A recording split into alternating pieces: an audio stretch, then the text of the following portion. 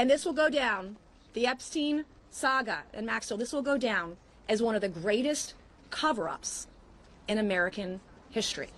And I'm going to stand with the Epstein survivors until my last breath to ensure that the rich and powerful do not get away with it. This may look like a speech about one criminal case, but it's actually a warning about institutional credibility.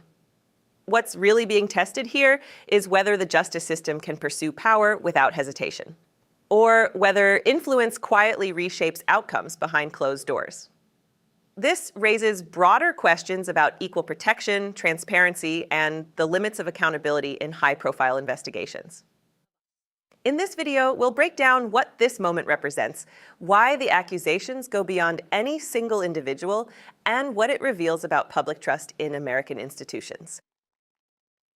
Good morning. For thousands of years, women have been considered second-class citizens. Back to the book of Genesis, chapter 24, when Dinah was raped by a prince, they tried to negotiate a deal to sweep it under the rug until her brothers took up swords. And today, the Epstein survivors who are here, advocating on their behalf, want America and the world to know they are no longer second-class citizens. And women in this country should never be treated like second-class citizens. And their stories are truth.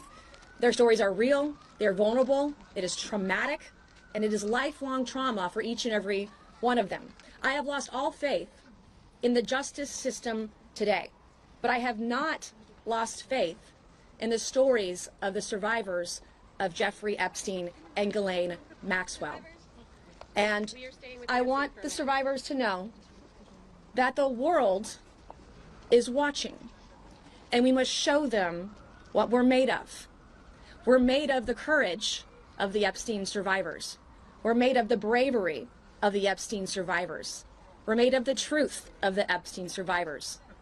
And we're here today to demand justice for the Epstein survivors, because their stories are our stories. There are judges all across the country, all across the United States of America, who are revealing the names and the identities and the residents, the addresses, the contact information of rape victims everywhere. Rape victims who come forward and name names are sued by their rapists. This is happening not just to them, but to women everywhere. In my case, I went to the law enforcement over 2 years ago. Evidence on a silver platter. Today, not a single person arrested, not a single person in jail. And so the days of the cover-up are over, and I am begging the media, don't make this partisan. This is about the victims. And this will go down, the Epstein saga and Maxwell, this will go down as one of the greatest cover-ups in American history. And I'm going to stand with the Epstein survivors until my last breath to ensure that the rich and powerful do not get away with this. Because America's system is a two-tiered system of justice. There's one for the rich and powerful, and there's one for the rest of us. And those days are over, and I want the rich and powerful, the princes, the princesses, the prime ministers, the former presidents to know your days are numbered. Thank you, and God bless each and every one of you. In a chamber already heavy with history, Nancy Mace stepped forward and delivered words that were not crafted for comfort. She declared that the Epstein saga would go down as one of the greatest cover-ups in American history. It was not a whisper. It was not a passing remark. It was an accusation aimed directly at the foundations of power. She began by invoking history, centuries in which women were treated as lesser citizens, their voices discounted, their pain negotiated away behind closed doors. She drew a line from ancient stories to modern headlines, reminding the country that too often when powerful men are involved, truth becomes negotiable. In that moment, the hearing was no longer just about court filings or sealed documents. It became a referendum on whether the American justice system applies equally to all. Mace spoke of survivors who were present, advocating for themselves, insisting that their stories are real, that their trauma is lifelong, that their courage should not be overshadowed by political calculation. She said she had lost faith in the justice system, a striking admission from a sitting member of Congress. Yet she emphasized that she had not lost faith in the survivors themselves. That contrast was deliberate. Institutions may falter. People, when united by truth, do not. The gravity of her statement hung in the air. When she warned that judges across the country were exposing the identities of victims who come forward, she wasn't just critiquing procedure. She was questioning whether the system designed to protect the vulnerable is instead leaving them exposed. When she described going to law enforcement with evidence and seeing no arrests, no jail time, she painted a picture of inertia, or worse, selective enforcement. At the center of her remarks was a broader claim that America operates under a two-tiered system of justice, one for the rich and powerful, one for everyone else. It is a phrase that resonates because it taps into a deep national anxiety that wealth and status can insulate individuals from consequences. In a republic founded on the principle that no one is above the law, such a perception is corrosive.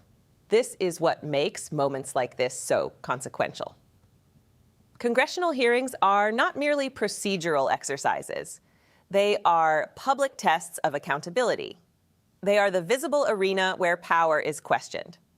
When a lawmaker asserts that a case involving figures as infamous as Jeffrey Epstein and Ghislaine Maxwell represents a historic cover-up, she is challenging not just individual actors, but the credibility of institutions themselves.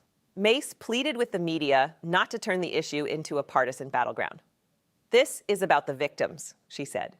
In today's hyperpolarized climate, that plea carries weight. Because once an issue becomes tribal, truth can become secondary to loyalty. The question she implicitly posed was simple but profound. Can the pursuit of justice rise above party lines? Or will it be filtered through political advantage? Her final warning was directed at what she called the rich and powerful, princes, prime ministers, former presidents. It was a reminder that influence reaches across borders and titles. Yet beneath the rhetoric was a deeper theme: accountability. Democracies endure only when the public believes that rules apply evenly. When that belief erodes, cynicism takes root. And when cynicism takes root, participation declines. The Epstein case has long been a symbol, not only of personal wrongdoing, but of institutional failure. Plea deals, sealed records, unanswered questions. Each unresolved thread fuels suspicion. Each delay invites doubt. In such an environment, transparency is not a luxury. It is a necessity. What we witnessed today was more than a speech. It was a signal flare, a declaration that some lawmakers are willing to confront the uncomfortable possibility that power may have shielded those who should have faced consequences. Whether one agrees with every word spoken, the underlying demand is clear: equal justice under law. History will judge not just the individuals involved in this saga, but the response of the institutions tasked with investigating it. Will there be full disclosure? Will there be consistent application of the law? Or will uncertainty linger, feeding the perception of imbalance? In the end, this moment forces a larger reflection. Justice is not measured by speeches alone.